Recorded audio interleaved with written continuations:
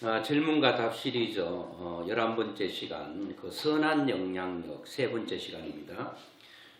선한 영향력을 끼쳤던 사람들 중에서 성경의 인물들을 보면서 그 사람들이 어떤 영향력을 끼치며 살았는가 그 보면서 그들이 영향력을 이렇게 끼쳤다면 우리도 그렇게 그들이 살았던 삶을 그대로 따라가면 우리도 선한 영향력의 사람이 될 수 있다라고 하는 것입니다. 이 세상에는 한 세 부류의 사람이 있다 그러잖아요. 크게 없어서는 안 될 사람, 진짜 꼭 필요한 사람.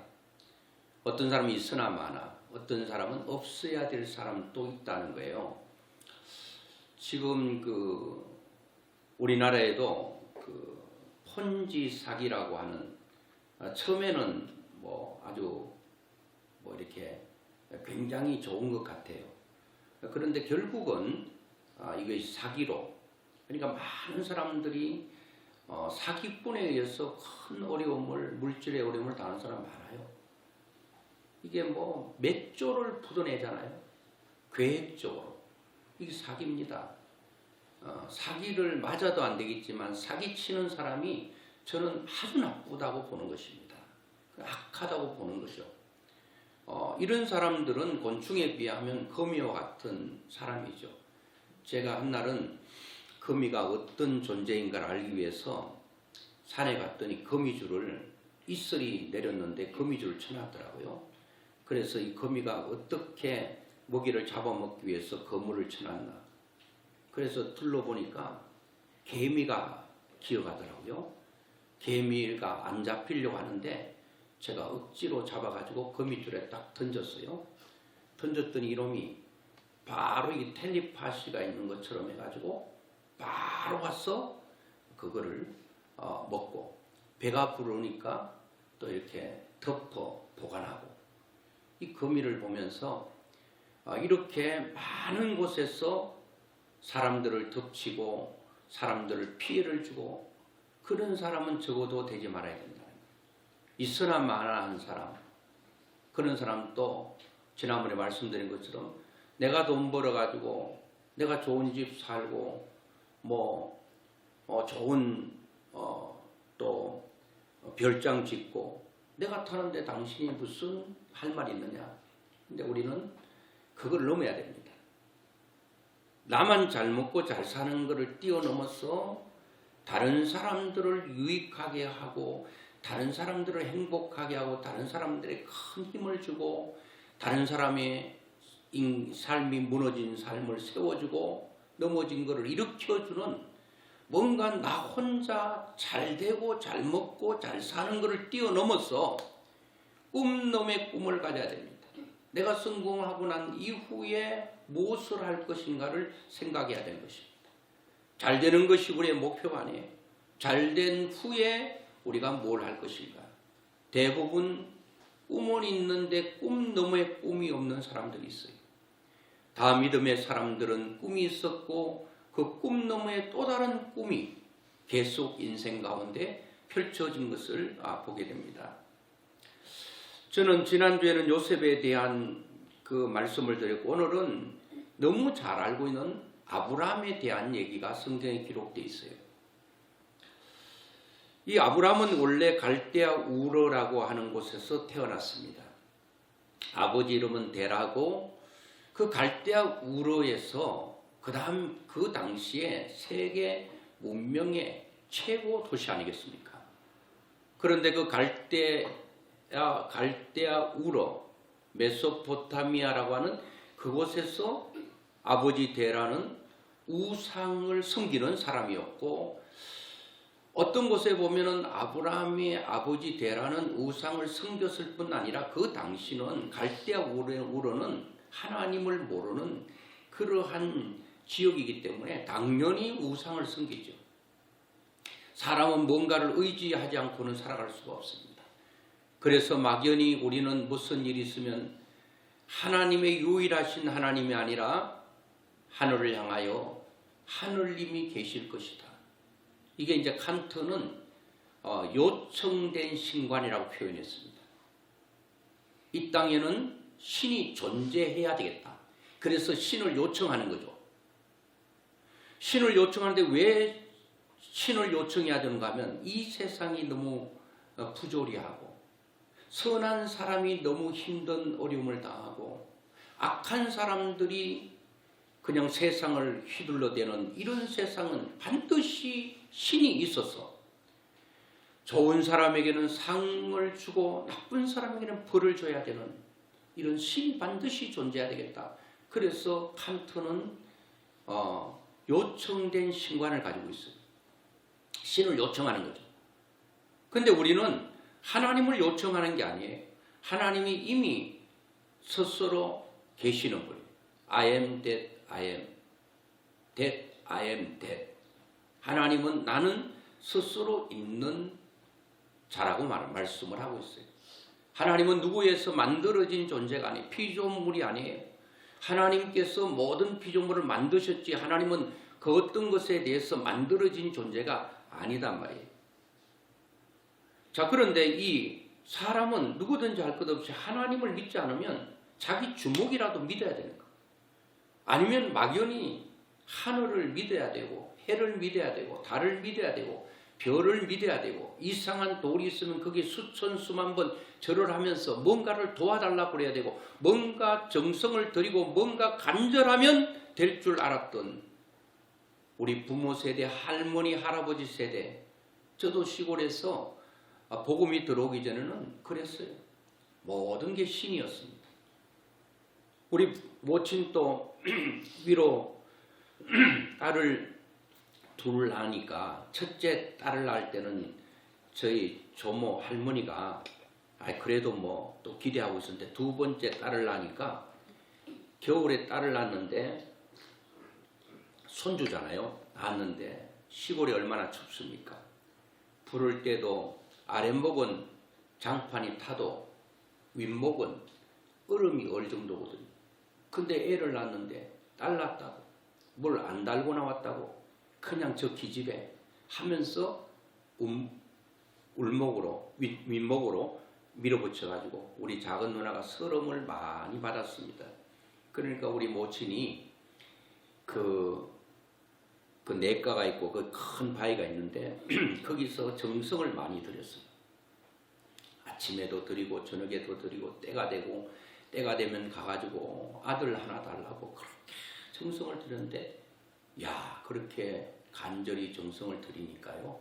세 번째는 아들 낳았어요. 아들을. 그래서 저희 모친은 자기가 아들을 낳은 게 아니라 그 내과에 큰 바위가 있는데 거기 정성을 들였더니 거기서 바위가 아들을 준 줄 알고 있었어요. 그래서 저도 어릴 때 우리 바로 위가 형인데 그리고 제가 있고 제 남동생이 있는데 어머니가 가끔 우리 손을 데리고 너의 형의 엄마는 내가 아니고 그 바위인데 가가지고 이게 엄마다. 그래서 우리는 그게 엄마인 줄 알았어요. 우리 형 엄마인 줄 알았어요. 그리고 막 비가 내리고 지저분해지면 엄마 몸이 더러워지니까 우리가 물 부어가지고 다 청소하고 그랬거든요. 여러분, 저희 모친이 아들 달라고 그 바위에게 수천 수만 번 절하고 간절함을 쏟고 그 아들을 낳지 못해서 마음의 절박함 그것을 쏟았기 때문에 그 바위가 우리 형을 줬나요? No. 우리는 이상한 돌만 있으면 이상한 나무만 있으면 성황당 있잖아요. 큰 너티나무. 거기에 사람들이 시장 가면서 소원을 빌어. 그리고 뭐 이상한 색깔을 묶어놓고 소원을 빌어. 그래가지고 우리 시골에 보면 양쪽에 큰 너티나무가 있고 큰 아람들이 은행나무가 있는데 속이 텅텅 비어 있습니다. 저는 몰랐어요. 왜 이 은행나무가 이 너티나무가 아람들이 제가 이렇게 안을 수가 몇 사람이 안아도 못 안을 정도로 큰 너티나무와 그리고 은행나무가 양쪽에 있는데 거기에 비가 오면 피해도 돼요. 그래서 제가 알았습니다. 후에 왜 이게 속이 다 비어버렸냐, 속이 다 썩어버렸냐. 자기는 복을 줄 수 있는 능력도 없는데 수많은 사람이 와서 계속 아들 달라 딸 달라 잘 되게 해달라, 병 고쳐달라, 수많은 소원들 아래니까 나는 해줄 수 있는 능력도 없는데 자꾸 해달라고 그러니까 이 나무가 속이 상해가지고 속이 다 썩어버렸더라는 거. 이거는 뭐 유머예요. 오래되니까 썩었지. 그런데 어떻게 보면 이 나무가 그렇지 않겠어요? 아이고 사람들아 나는 아무 능력이 없어. 그런데 왜 자꾸 만물의 영장이라고 하는 여러분들이 아무것도 할 수 없는 나에게 뭘 달라고 그러냐.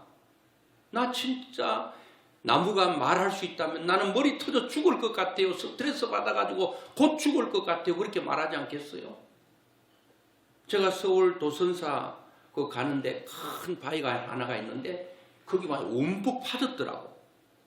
그래서 바위가 왜 파졌냐 물어봤더니 누가 이 큰 바위에게 아들 달라고 소원을 빌었는데 아들을 낳았다네요. 그래 전국에 있는 아들 낳지 못한 모든 그 엄마들이 와가지고 돌을 가지고 그 돌에 계속 비벼대면서 아들 달라 하니까 그 돌이요 패여버린 거예요. 그 돌이 생각할 때 나는 돌이야. 나는 아무것도 할 수 없어요. 왜 자꾸 나에게 와서 아들 달라고 하면 내가 어떻게 하라고 자꾸 아들을 달라고 그러냐고. 그 돌이요 얼마나 힘들겠어요. 돌이 순환을 당하고 있다니까. 자 여러분, 아브라함이 살았던 메소포타미아 갈대아 우르 하나님을 모르는 그런 상태에서 아버지는 우상을 만들어서 파는 사람이었대요.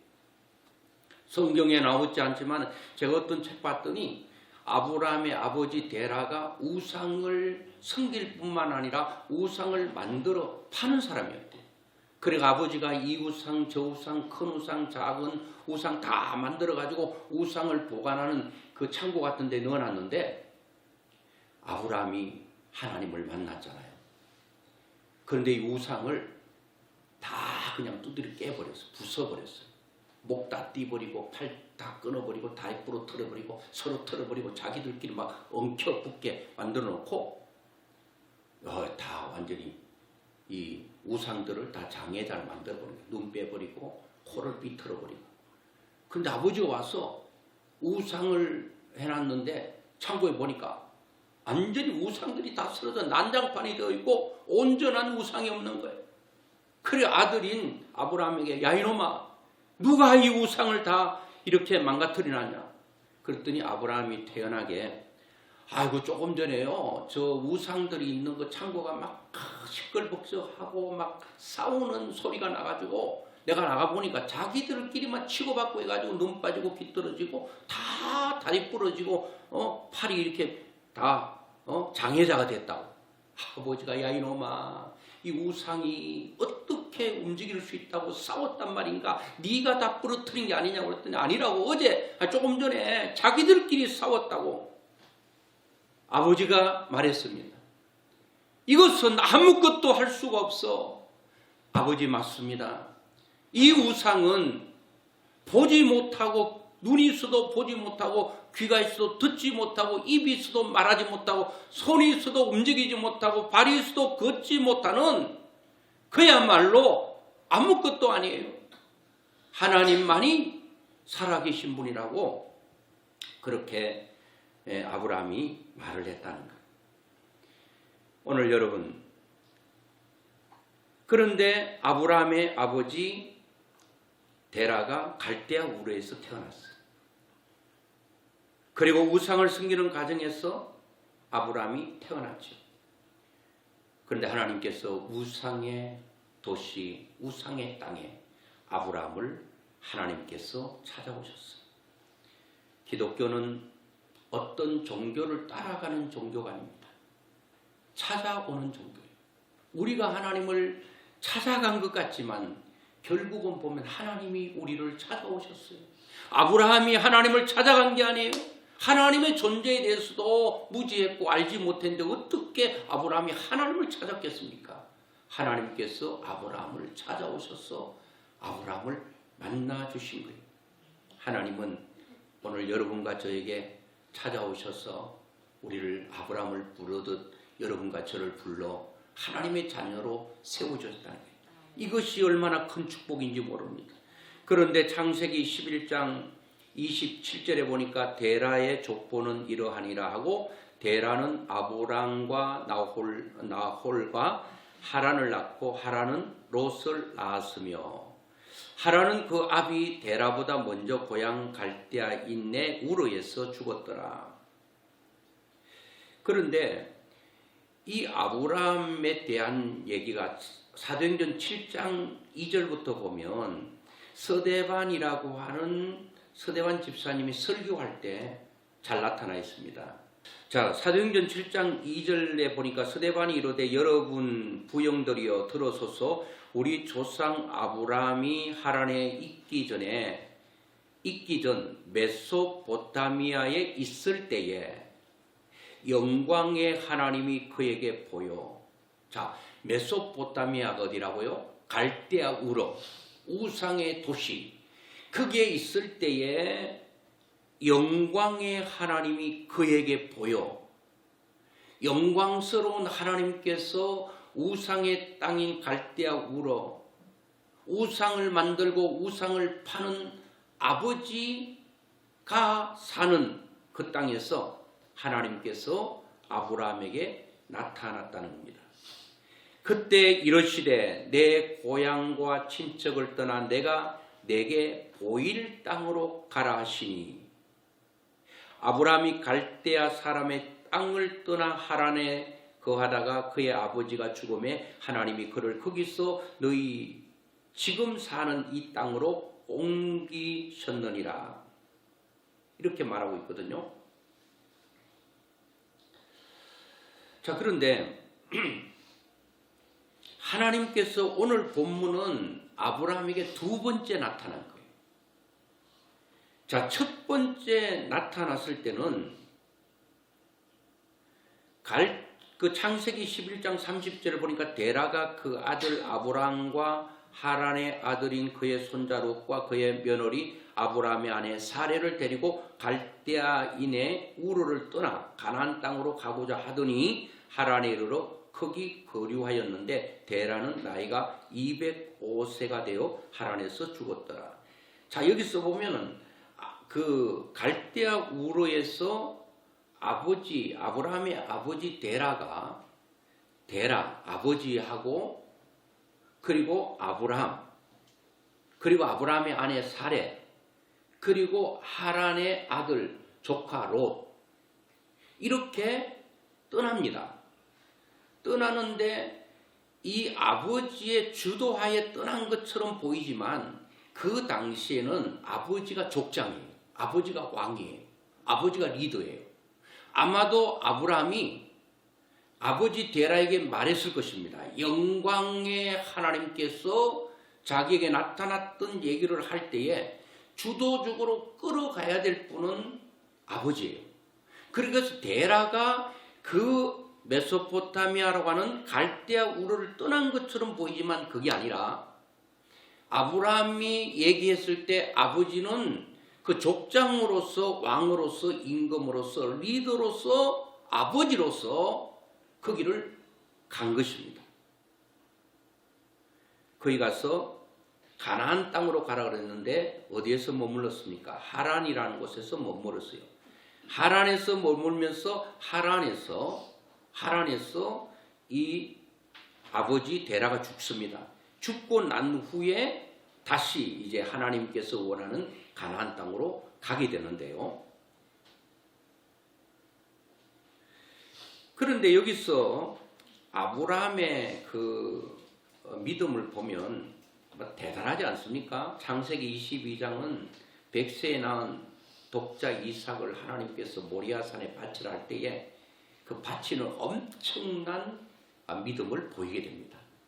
이런 엄청난 믿음의 사람이 되기 전에 아브라함은 우리와 똑같은 사람이에요. 성경에 쭉 보면요, 아브라함이 처음부터 아들을 바치는 엄청난 최고의 믿음을 가진 것이 아니라 아브라함이 하나님의 부름을 받고도 많은 실수를 합니다.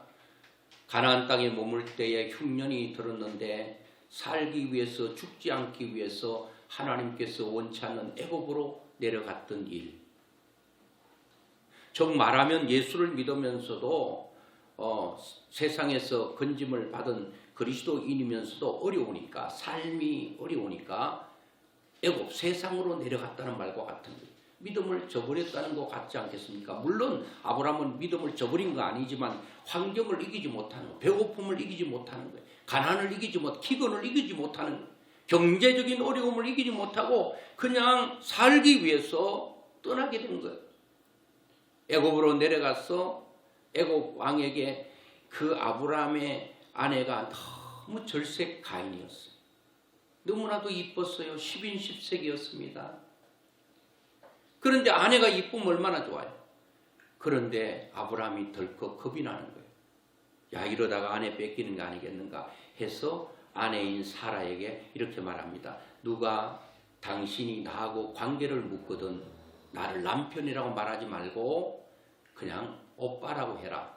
나는 그냥 당신을 누이라고 하겠다. 그럴 때는 사례가 착했는 것 같아요. 요즘 같으면 다 물고 뜯고 야단이었을 거예요. 당신이 뭐라고? 너 여동생이라 하라고? 산이 죽니 그렇게 했을 텐데 사례가 착했는가 봐. 아, 그러니까 아브라함이 왜 그랬습니까? 자기가 다칠까 봐. 아내 다치는 건 생각 안 하고 자기 다칠까 봐, 자기가 아내 때문에 죽을까 봐. 과거에는 이쁜 사람들은 왕이 그냥 다 데려가 버렸거든요. 그러니까 아마 사례는 굉장히 예뻤던 사람 같아요. 예쁜 아내 데리고 살면 좋잖아요. 그런데 책임도 져야 되는데 너무 예뻐가지고 아니라 달까 뺏겼습니다. 그리고 진짜 아브라함에게 이 사례가 누구냐? 아, 내 누이입니다. 후에 탄로 났잖아요. 거짓말인 거를. 왜 거짓말하느냐? 하나님의 사람이 거짓말쟁이가 되고 아주 수모를 당하고 모욕을 당하고 그런 일이 있었거든요. 그리고 또 아브라함은 그뿐만 아닙니다.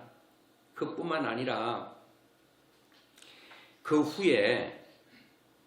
후에는 하나님께서 너를 통해서 사례의 몸에서 자녀를 주겠다 약속을 하셨는데도 그 약속을 끝까지 신뢰하고 믿지 못했어요. 중간에 덜컥 자기의 그 하갈의 몸종인 그 사례의 몸종인 하갈을 취해서 이스마엘을 낳는, 지금 아랍에 계속 이스라엘과 아랍이 싸우잖아요. 그게 바로 아브라함의 씨가 잘못 떨어져서 이삭과 이스마엘의 전쟁이 계속 있지 않습니까? 약속을 끝까지 지키지 못하고 중간에 인간적인 자기의 생각으로 그렇게 거르친 일들이 많았어요. 자, 이런 아브라함에게 하나님께서 어떤 영향력의 사람이 되도록 만들었는가 하면 오늘 본문 12장 1절부터 3절까지 보면 이렇게 말합니다. 여호와께서 아브라함이 아니고 그때는 이름이 아직 개명되기 전이니까 아브라함입니다. 아브라함에게 이르시되 너는 너의 고향과 친척과 아버지의 집을 떠나 내가 내게 보여줄 땅으로 가라. 내가 너로 큰 민족을 이루고 내게 복을 주어 내 이름을 창대하게 하리니 너는 복이 될지라. 이점에 개정 말고 개역 한글에는 너는 복의 근원이 된다. 그러니까 복의 근원이 뭐냐?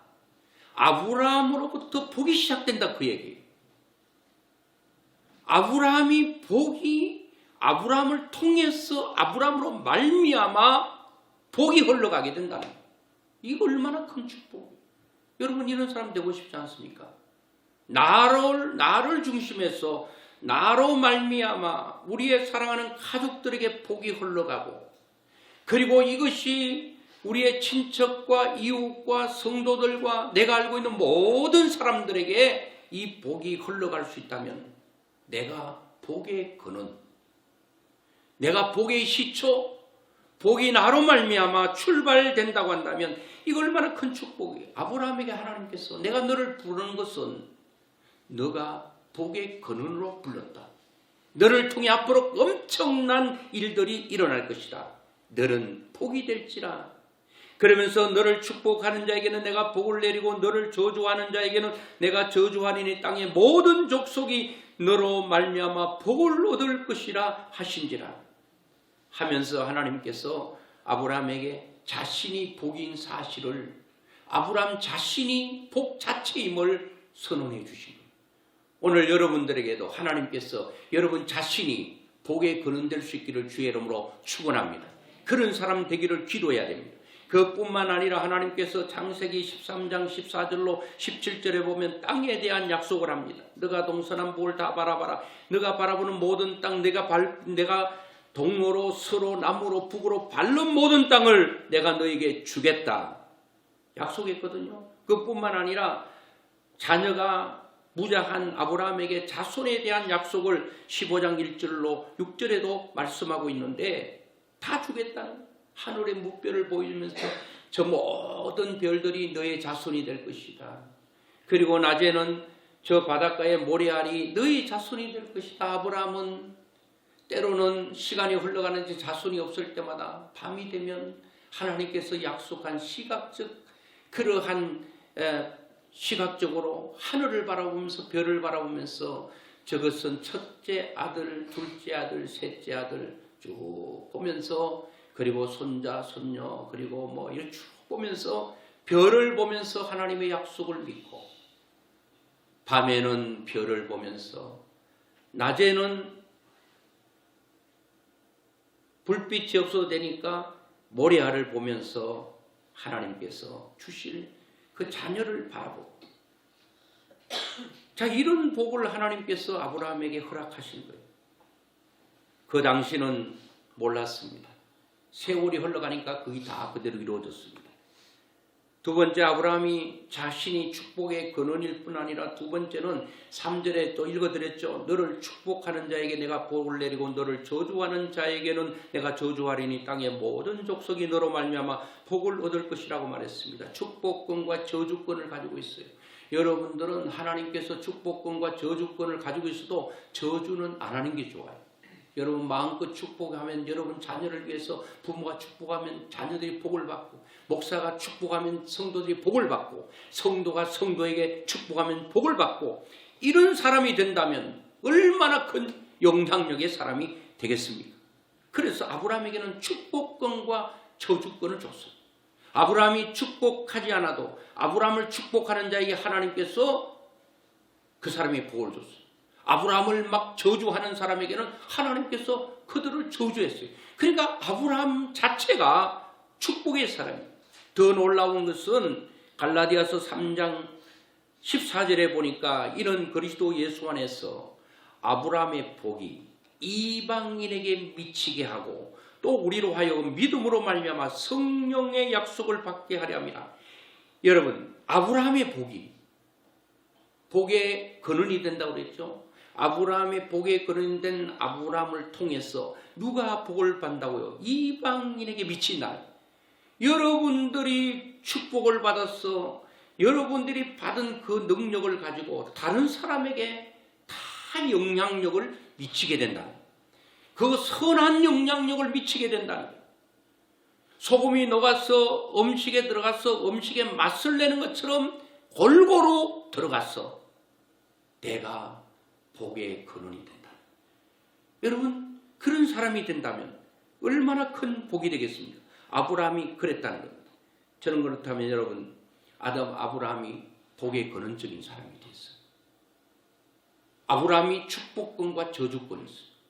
아브라함을 통해서 이방인까지, 예수 믿는 사람뿐만 아니라 믿지 않는 사람들까지 다 복이 미치는 어마어마한 복을 받았는데, 어떻게 해서 아브라함에게 이런 복이 임하게 됐는가? 어떻게 해서 아브라함이 이 복을 받게 됐는가? 그것은 1절입니다. 1절 우리 같이 한번 보도록 하겠습니다. 시작. 여호와께서 아브라함에게 이르시되 너는 너의 고향과 친척과 아버지의 집을 떠나 내가 내게 보여줄 땅으로 가라. 4절. 이에 아브라함이 여호와의 말씀을 따라 갔고 롯도 그와 함께 갔으며 아브라함이 하란을 떠날 때에 75세였더라. 아멘. 하나님께서 갈대아 우르에서 서대반 집사님의 설교를 통해서 말한 것처럼 영광의 하나님이 우상을 섬기는 갈대아 우르에서 나타나셨어요. 그리고 난 후에 두 번째 나타난 것이 창세기 12장 1절인데 여호와께서 아브라함에게 이르시되 너는 너의 고향 친척 아버지의 집을 떠나 내가 내게 보여줄 땅으로 가라. 보여준 땅이 아니에요. 가나안 땅이긴 한데 가나안 땅도 여러분 좁은 게 아니라 넓을 수 있잖아요. 그 가나안 땅이 어디 있냐고 아브라함은 끊임없이 하나님의 인도를 받기 위해서 묻고 질문하고, 묻는 거랑 질문 똑같으네. 하나님 앞에 질문하고 하나님께 답을 얻고, 하나님 가라고 한 땅이 여기입니까? 하나님께서 머물라고 한 땅이 여기입니까? 끊임없이 하나님께 물었어요. 그리고 하나님께서 보여줄 땅으로 가라 했을 때에 4절에는 이에 아브라함이 여호와의 말씀을 따라 뭐 했다는 거예요? 갔다는 거예요. 하나님께서는 오늘 또 이것이 핵심입니다.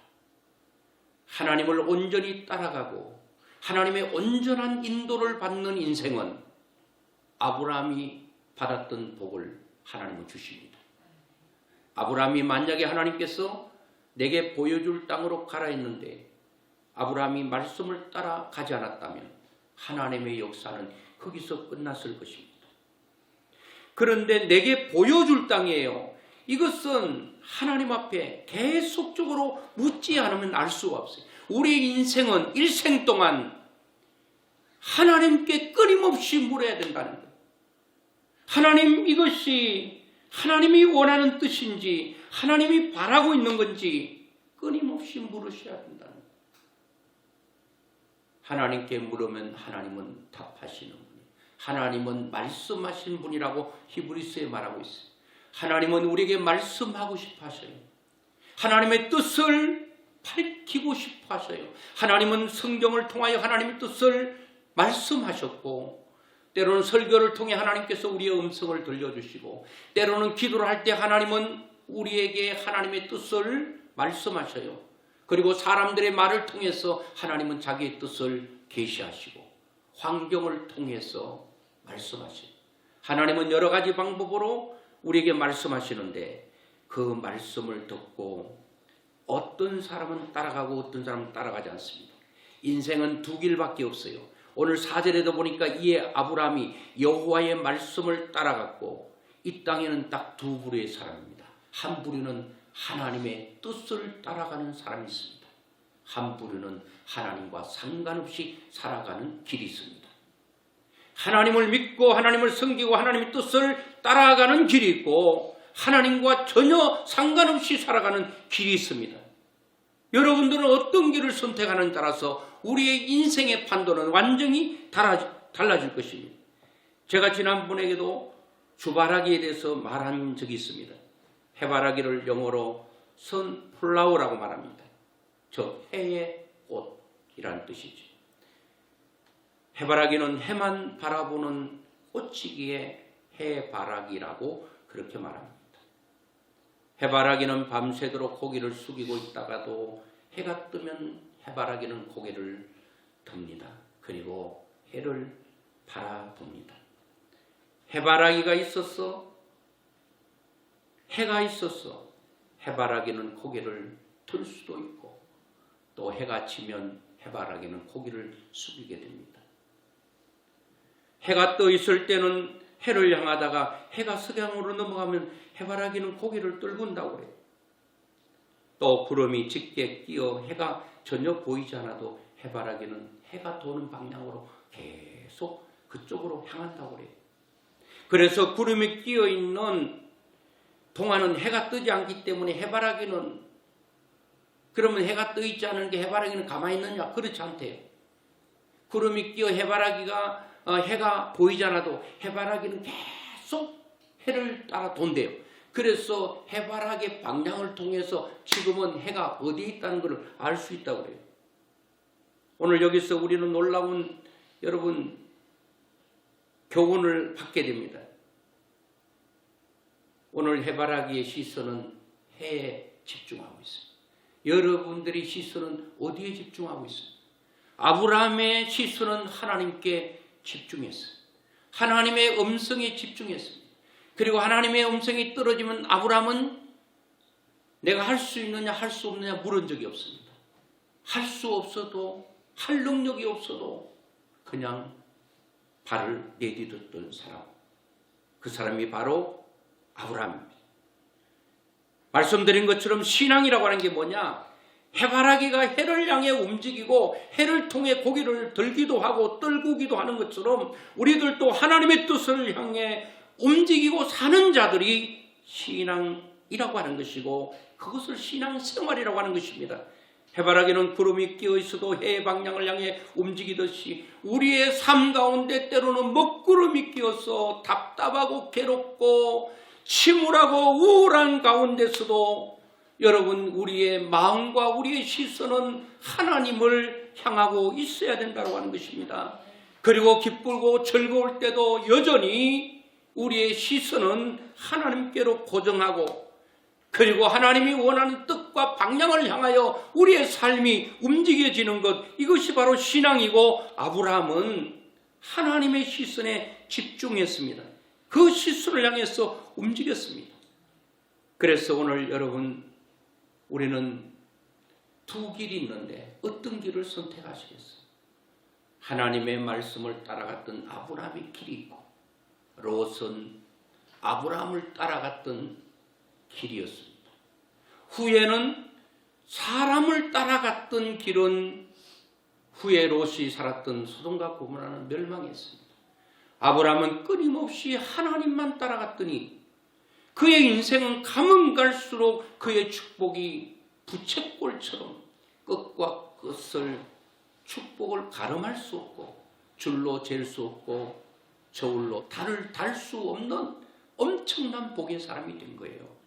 그것은 시선이 하나님께로 향하고 귀를 하나님께 기울이고, 하나님이 무슨 말씀을 하시더라도 내가 할 수 있느냐 할 수 없느냐를 묻지 않고 하나님이 원하시는 거라면 아멘, 아멘 하고 걸어갔던 아브라함에게는 세상의 어떤 사람도 감당할 수 없는 큰 영향력의 사람이 됐습니다.